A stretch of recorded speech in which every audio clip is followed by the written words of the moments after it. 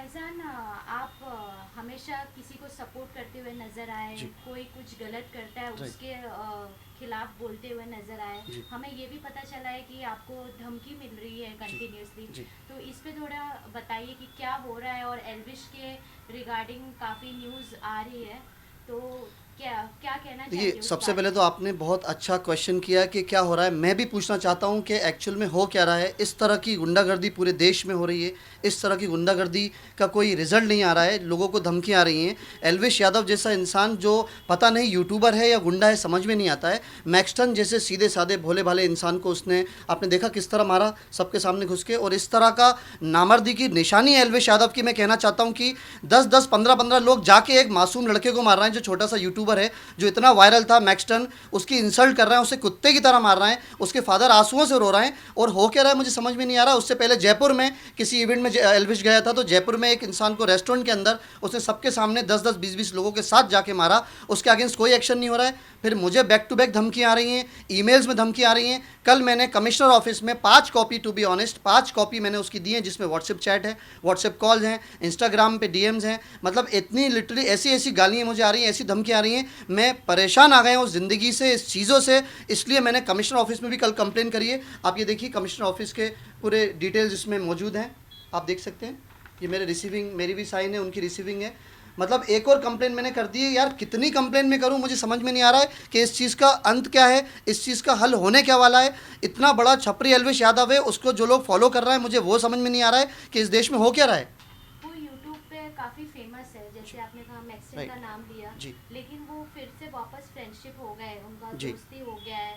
तो वो मतलब आप ये कहना चाहते हैं कि वो ऐसे ही मतलब सबको मारते हैं, फिर दोस्ती करते हैं? नहीं, देखिए, एल्विश का गुंडा राज, उसको मालूम है कि मैं गुंडा हूँ, मुझे कोई नहीं पकड़ सकता है, कोई कुछ नहीं बोल सकता है। मैक्सटन जैसा सीधे साधे, उसका फादर आंसुओं से रो रहा है। मैक्सटन को जब मारा, उसके पास, उसकी फैमिली के पास कोई ऑप्शन नहीं था, उसने दोस्ती कर ली। अगर कोई बराबरी का इंसान होता तो मुझे ये समझ में नहीं आता कि एल्विश यादव को, क्या क्या इस इंडिया के लोग इतने जाहिल गंवार हो गए हैं। इसलिए इसलिए क्या एल्विश यादव का क्रेज़ बढ़ रहा है, मैं ये पूछना चाहता हूँ। मैं पूछना चाहता हूँ इस देश से, कितने डॉक्टर्स एल्विश यादव को फॉलो कर रहे हैं, कितने पायलट एल्विश यादव को फॉलो कर रहे हैं, कितने एमबीए स्टूडेंट एल्विश यादव को फॉलो कर रहे हैं। मैं ये जानना चाहता हूँ, आप मुझे बताइए कौन उसके फॉलोअर्स हैं और कौन उसको फॉलो कर रहे हैं। ये चीज़ कब तक होगी। और मैं आपको बता दूं, मुझे मेंटली इतना टॉर्चर करा जा रहा है कि मैं अपने काम पे से फोकस मेरा हट गया है। मुझे ऐसा लगता है कि अगर यही चलता रहा तो एक दिन मुझे सुसाइड करना पड़ेगा, क्योंकि एल्विश यादव का प्रेशर इतना मेरे ऊपर आ रहा है। और कल को मैं सुसाइड कर लेता हूँ, मैं आत्महत्या कर लेता हूँ, तो उसकी जिम्मेदारी सिर्फ एल्विश यादव की होगी। आप बताइए कब तक ऐसी टॉर्चर वाली ज़िंदगी से मैं गुजरूँ। Back to back emails, call, WhatsApp message आ रहा है। कहीं जा रहा हूँ तो लोग बोल रहे हैं एल्विश का अगला टारगेट तुम हो। मैं एक बात और बताना चाहता हूँ, एल्विश यादव की सबसे बड़ा खुलासा करता हूँ, बिग बॉस एल्विश यादव कैसे जीता है। बिग बॉस ओटीटी में एक से बढ़कर एक छपरी, एक से बढ़कर एक नल्ले कंटेस्टेंट को लिया था। और एक कहावत आपने सुनी होगी, अंधों में काला राजा होता है। अंधों में काला राजा एल्विश यादव था, कोई उसके बराबरी का नहीं था, सब उससे बात करने में डरते थे। इसलिए एल्विश यादव को बिग बॉस ओटीटी का विनर बनाया गया।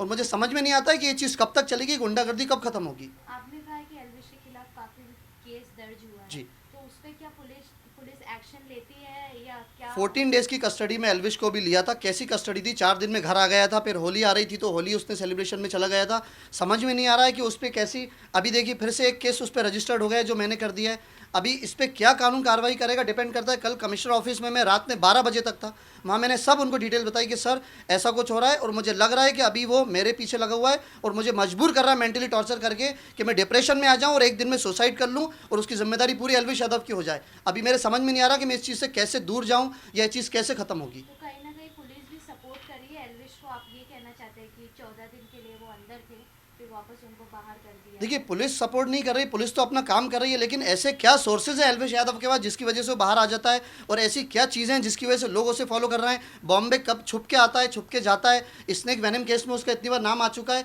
लोगों को दिख नहीं रहा है कि एक क्रिमिनल बैकग्राउंड का इंसान है और उसको आगे बढ़ाते जा रहे हैं। और कौन लोग उसको फॉलो कर रहा है, मैं कहना चाहता हूँ इंडिया के लोगों से, आपको कुछ नहीं पता उसमें प्रॉब्लम नहीं है दोस्तों। आप समझना नहीं चाहते उसमें प्रॉब्लम है। मुझे कुछ नहीं पता प्रॉब्लम नहीं है, लेकिन मैं सीखना ही नहीं चाहता हूँ उसमें प्रॉब्लम है। अगर आप पढ़े लिखे नहीं हैं सो प्लीज़ पढ़े लिखे लोगों के एडवाइस लीजिए। अगर आप समझदार नहीं हैं तो समझदार लोगों के एडवाइस लीजिए उन लोगों को फॉलो करिए जिन्होंने देश के लिए कुछ करा है। सचिन तेंदुलकर भी इस देश मुंबई के रहने वाले हैं, उनको फॉलो करिए। सानिया मिर्ज़ा भी इंडिया की रहने वाली है, उनको फॉलो करिए। इतने ऐसे ऐसे लेजेंड लोग हैं, शाहरुख खान है, सलमान खान है, जिन्होंने इस देश के लिए कुछ करा है, जिन्होंने आगे बढ़ाया, देश का नाम रोशन करा है, उनको फॉलो करिए। ना कि ऐसे लोगों को जिससे आपका नाम भी खराब हो रहा है और इससे यह भी पता लगता है कि इंडिया किस लेवल पे जा रहा है, इंडिया के लोग किस लेवल पे हैं जो उसको फॉलो कर रहे हैं।